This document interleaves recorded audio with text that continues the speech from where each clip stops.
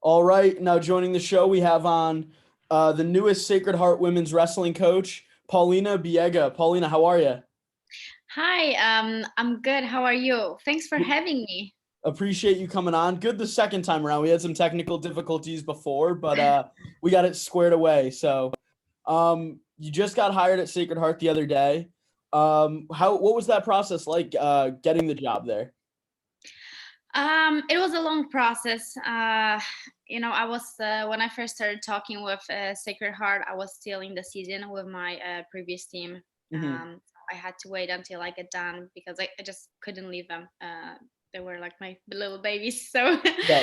I couldn't. But it was a good process. I mean, the school did great on their end, and yeah, I cannot complain on anything. So you said you coached before. You were at it was Campbellsville, right? Correct. Yes. So you were with the women's program there for how many years? 2 years. 2 years. Was that your first coaching job at college or just in general? On the college level, yes. I mean, I worked as a student coach during my time in college for a year, but as an actual college coach, that was my first job. I did work as a youth club coach, but that's different. It's definitely totally different than coaching college coaching women. So you said you coached as like a grad assistant at your old college. I was a student assistant. I wasn't a grad assistant. I was still finishing up my bachelor, but I was just helping as a student coach. And that was at Missouri Valley. That's correct. Hmm. Now with I think women's wrestling at the college level is on the rise right now. It's get like you see more and more programs kind of popping up. Sacred Heart is one of those that kind of popped up fairly recently. What's that mean to you? Because I mean, you were wrestling when there were less women's programs, and now you're seeing more and more growth to the sport. So like, how does that feel being able to see that?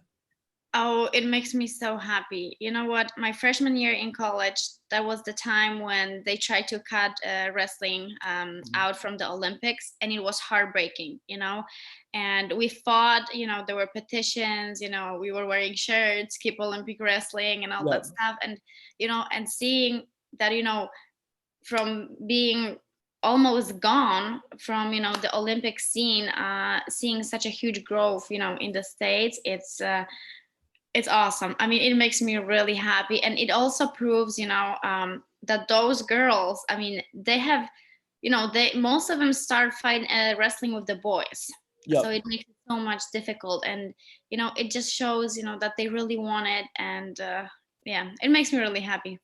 It is crazy that Olympic that wrestling in the Olympics was on the chopping block, that it was going to get cut when it was one of the first sports that kicked off the Olympics. So it is crazy that at one point they were going to get rid of it.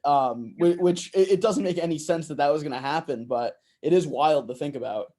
Yeah, I mean, wrestling, it doesn't bring that much revenue. I mean, I think it's Mhm. the rules make it so much difficult, because if you are just a bystander not involved in wrestling, you may not get it at first.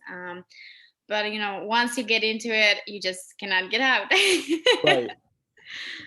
Well, the biggest example, I think, I mean, with Stanford debating on cutting I think they're still in talks about maybe keeping their program, maybe not, but their football and basketball team probably get the majority of the funding, and they're not very good. They don't compete at the Pac-12 level, and wrestling just had an All-American and a national champ. So Yeah. it's kind of crazy that schools like that are cutting their programs left and right. Like Old Dominion cut theirs, Eastern Michigan, but then you get a little bit of hope when you see like a Little Rock or a Cal Poly have a team and a guy compete at nationals, which is pretty cool. Yeah. Yeah, I mean, it is very sad, but there is lots of business when it comes to Mhm. sport, and it plays a big role. So I hope that there will be. I really hope that something will happen and they will keep Stanford wrestling, because they used to produce great wrestlers. I mean, Yeah. great wrestlers, and we just had to prove, this year. I mean, this kid did amazing job. Now what was like the biggest eye-opening thing or like the biggest change you noticed when you became a college assistant from like actually coaching in college versus being a college wrestler? Like what was the most eye-opening difference for you? Um, Everything was different. It's really hard to just pick one thing, you Yep. know. When I coach, I look at different things, but I want to be there for the girls. You know, I want to, like, I've been through what they are going through. If it comes to, you know, dealing with school and practice, being far away from home, or, you know, cutting weight, or like, so I try to be there for them, but I also try to push them when it's needed. You know, a friend, a therapist, a mother, and the bad guy in one. Yep. But I mean, everything is different. It does make me appreciate wrestling way more when I'm actually coaching rather than when I wrestle, because sometimes when you wrestle, I feel like you believe that it will never end and it cannot be taken away from you, Mhm. and it's just a sport and it sure can end any day. And I really think that right now I do appreciate it more. Okay. So that's the big eye-opening one, especially because when you're an athlete, I think if you're because like I wrestled in high school, if you're wrestling when you're practicing, you're like this sucks, this isn't fun, you want it to be over. But when it ends, you kind of you feel a little relieved, but you're also sad that it's over. So as a Yeah. coach, you must see that year after year with girls that are seniors or girls that just aren't going to come back to the sport. So that must be difficult and make you appreciate it more. Yeah, I mean, you know, it's a big part of you know, of our lives, and it's really hard to just like cut it indefinite. So usually people stick around, or they go to the tournaments, they coach clubs, or you know, but yeah, definitely, I really think that, you know, the biggest change is the appreciation for the sport. But I also, you know, I see what I didn't see when I was a wrestler myself. I understand, you know, how it feels. I Mhm. understand my coach's perspective more now. You know, Gotcha. and That must sometimes I feel bad for them that they had to deal with all of that. But that must be a tough thing, especially when you became like a student coach, kind of just flipping right from being a wrestler to a coach and realizing like, oh, my coach might have been right about this, or I can't believe I was doing this instead of this. What my coach was telling me. That must have been a little difficult to realize at first. yeah, oh yeah, and it's very hard to be a student coach. At the place that you know, a few months ago were one of the, you know, one of the athletes. That's Mhm. why I always feel like it's very difficult to be a GA at your school that you just graduated, because for most of these kids you are a teammate, and Yep. then you have to change the hierarchy and, you know, the chain of command, and you actually become a little bit above them, and they have to, you know, treat you with a different kind of respect. I mean, they still have to, you know, they always have to respect you, because, you know, you should respect your teammates, but it's just a different kind of respect, and sometimes it's very hard for some people to accept. And, you know, so I do think it's quite difficult. Definitely, yeah.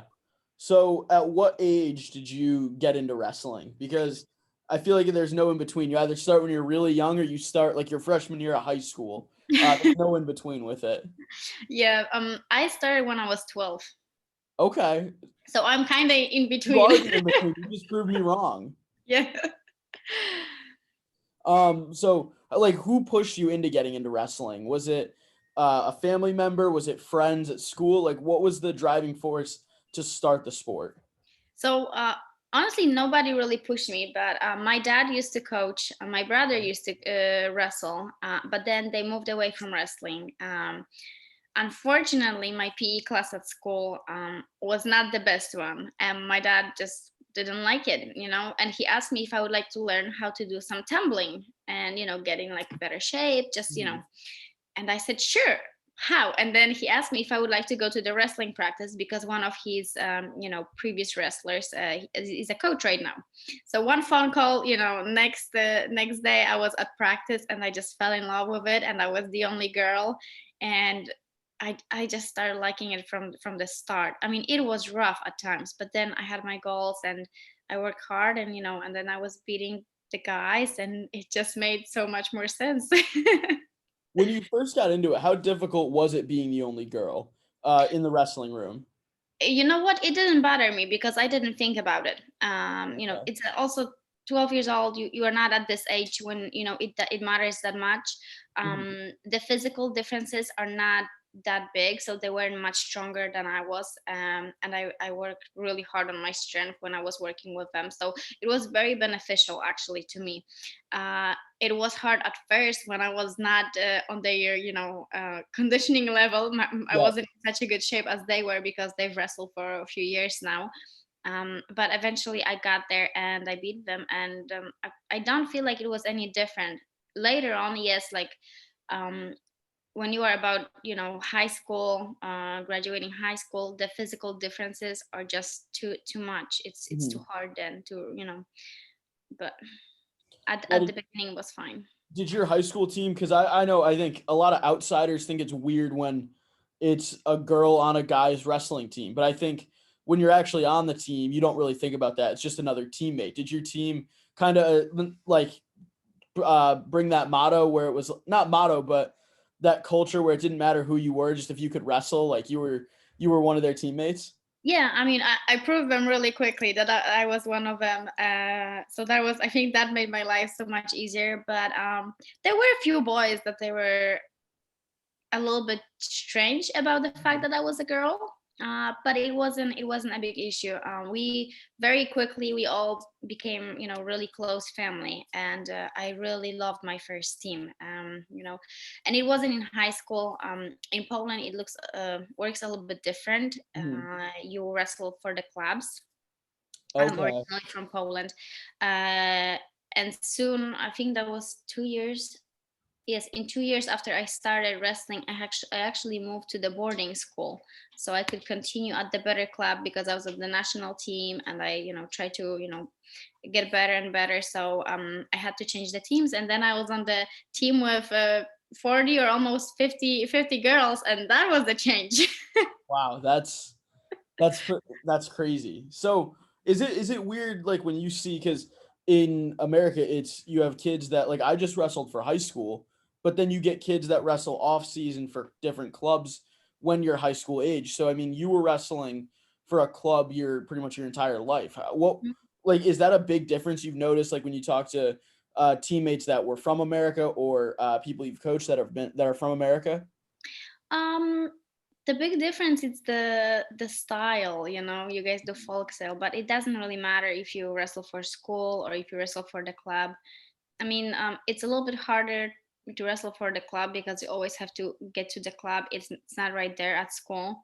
So that made it that much more difficult. But team is a team. Team should be your family, and it doesn't matter if it's your high school team or if it's your club team. I do hope that everybody feels like all the teammates are your brothers, sisters. Now training for the national team, how did you kind of turn your training from wrestling club to like turning it up to the next level where you knew you had to be that much better to compete at the national level? There was lots of training. The club training. I train with my dad. On the carpet at home. I train on Saturdays during my free time. I was always running in the mornings, doing push-ups, simple things at the beginning. That's how I started, and then the easier it became, the more I wanted to be better and better because I liked how easy it felt. So I Mhm. kept going and I kept going, and I loved winning. I am a very competitive person in life in general, so I definitely enjoyed that. And then it was just very quickly it became like my normal routine. I spent many days at the camps because we had lots of national team camps. Over the summer we had club camps, so I was gone a lot. So I had to do whenever I came home, or like whenever I came back to the boarding school, I just had to make up my school and then I left for another camp. Basically that's how it worked, but it was worth it. Definitely, I loved it. Now you're a three-time Polish national champ, two-time international Polish champion. Um, you placed at cadet Europe. Excuse me, Mhm. tongue-tied. Cadet European Worlds. and the FILA tournament. What tournament was the toughest competition, or like the one that meant the most to you when you wrestled? You know what? I think the first time that I won Polish national championship was very special Mhm. because it was the first time. But then the European Championship, it's totally different level. And when I won it, when I walked on that, wrestling for bronze, like I walked there, I knew I have to win it. I Mhm. knew I had to win it. My parents came to Latvia; they were watching. I had my hometown cheering back home. I was like, there is no way that I'm not, That's getting it done awesome. right now. So it was the mindset. But so those two were very special. And I do remember, maybe that's going to be silly, but I do remember my very first tournament, which I won. And that was just, the joy. And, that was very simple, basic wrestling, because that was like after, 4 months of me wrestling, Mhm. 5. And so that was very special. And I really cherish those memories. Getting that first win just in general under your belt is just an amazing feeling Oh, yeah. because whenever like because I started my freshman year like wrestling in seniors and juniors, it's nerve wracking, it's scary, and then once you get the first win, that weight kind of gets lifted off your shoulders. But that's awesome. Yeah, it all starts making sense. All the Yeah. hard work, the wake up, the sleepless nights, the early mornings for additional workouts, the coach yelling at you, it just makes sense. Now what was did your recruitment process look like to go to Missouri Valley? Like what others were there other schools looking at you to wrestle there, or did Missouri Valley feel very clear cut as the place you wanted to wrestle? So that's quite a story. Okay. So I before I came to before I started college, Mhm. I had came to the States to work. I was injured. I had an elbow injury back home, and I was told that wrestling was over for me back home by the doctor. So I couldn't really picture myself staying at home, and I had no plan. My plan was to go to the law school in Warsaw and then wrestle at the club in Warsaw. But that didn't happen because of my health at that time. So I came to the States as an au pair. And one day I figured that I feel good enough to give it a shot, and I was driving and I saw that high school is picking up practice again. So I went. I asked the coach if I could wrestle, and I started wrestling with them, practicing, and then I figured, well, why not to try actually, to live the American dream and go to college here. And so I applied to a few places. Really wanted to go to Menlo, and I Mhm. got there. I got a good scholarship, but the paperwork was taking very long.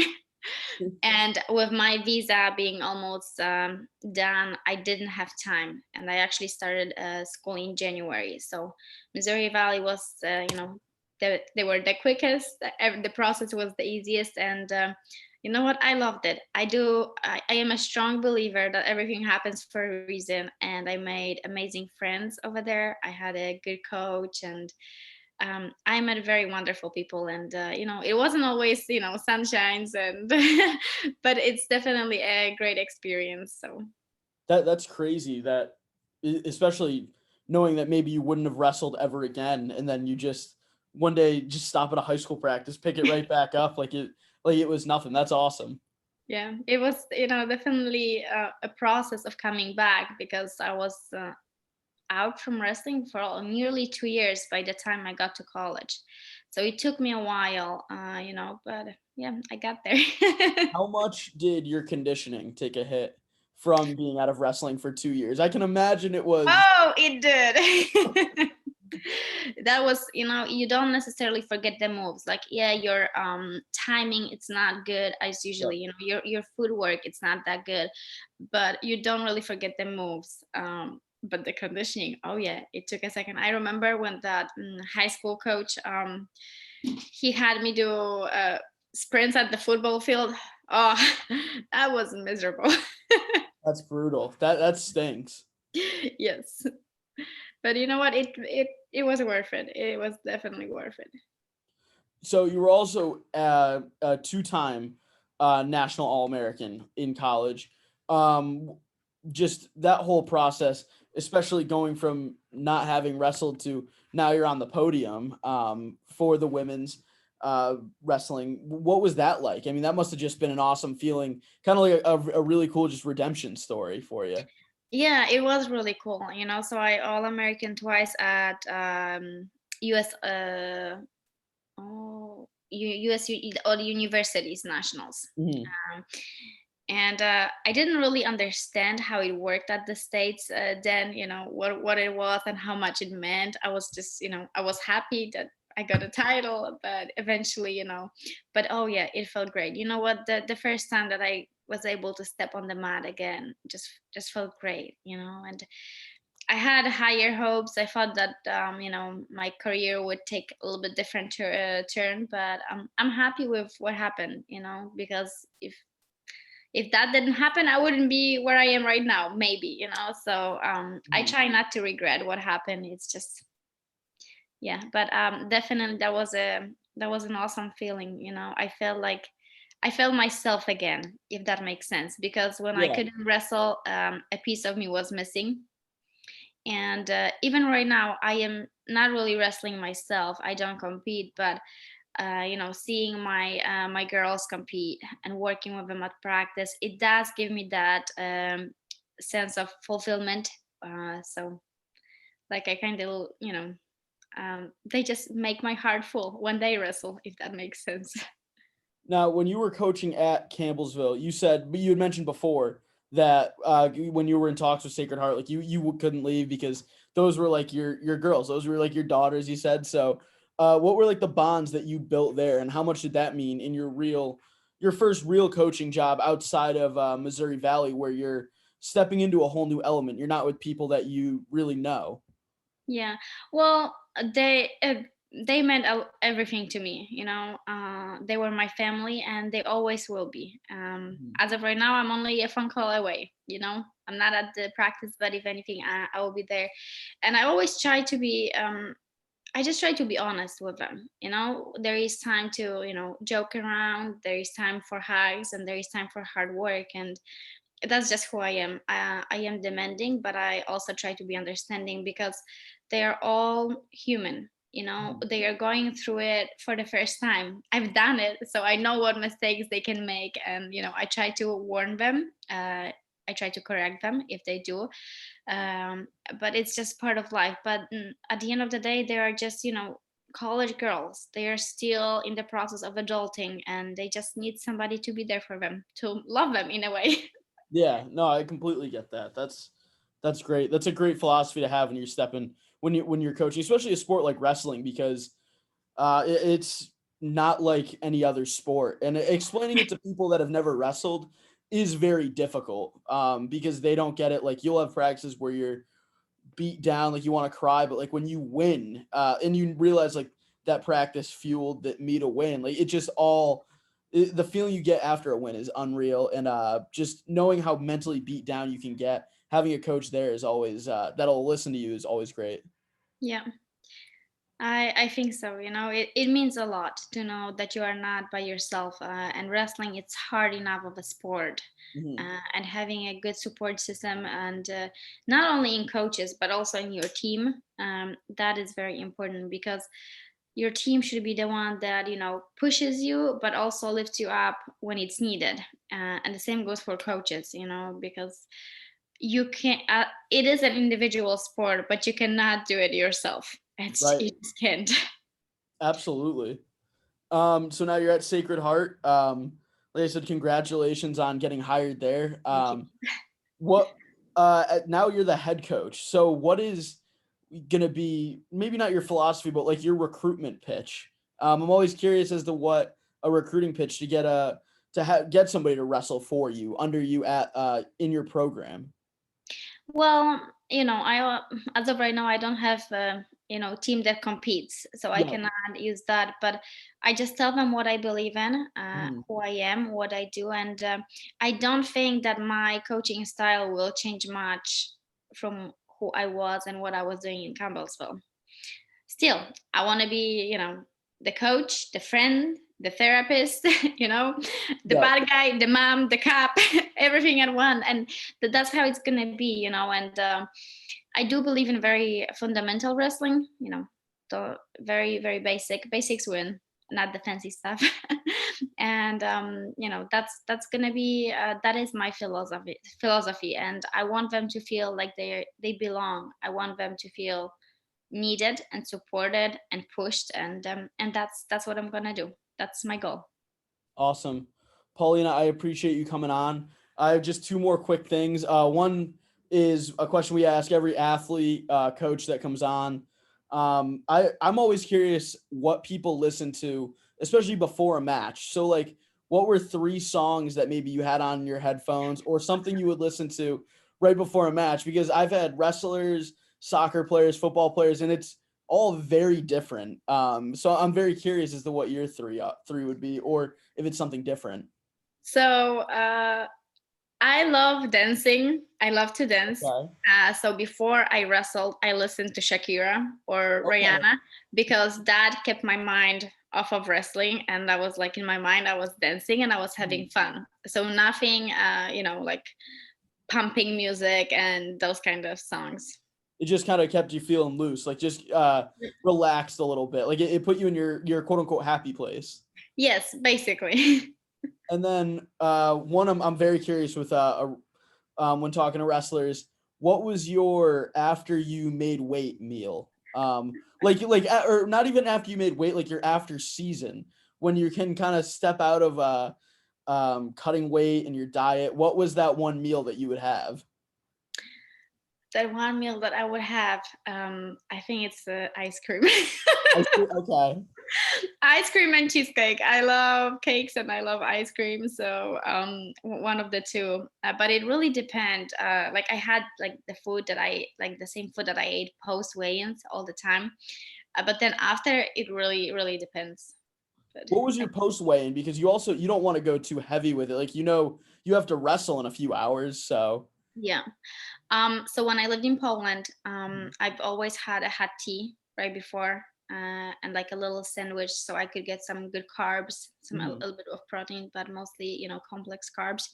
And when I was in college, it was a great Pedialyte, always great Pedialyte, okay. and oatmeal. And oatmeal, okay. So, the Pedialyte, I hate the Pedialyte, but everywhere, every time, every corner you turn at a wrestling tournament, you're gonna see it in somebody's hand or on Yeah, a bleacher. Every wrestler lives by it and dies by it, but it's an acquired taste, I think. it gets the job done, but you know what? I do find that the cooler the Pedialyte, the better it tastes. Oh, So definitely, it absolutely. needs to It tastes be. less like medicine when it's Yes. a little bit colder. Yeah. But Paulina, I appreciate you coming on. Maybe get you back on the show around the start of the season to just get an update on how the team's doing and all that. But like I said, I really appreciate you coming on and congratulations. Thank you, and thank you for having me. It was really fun talk. I No appreciate problem. that. Thank you for listening to this episode of the My Parents Office podcast. Stay tuned for more episodes we're going to be bringing to you guys. Thank you.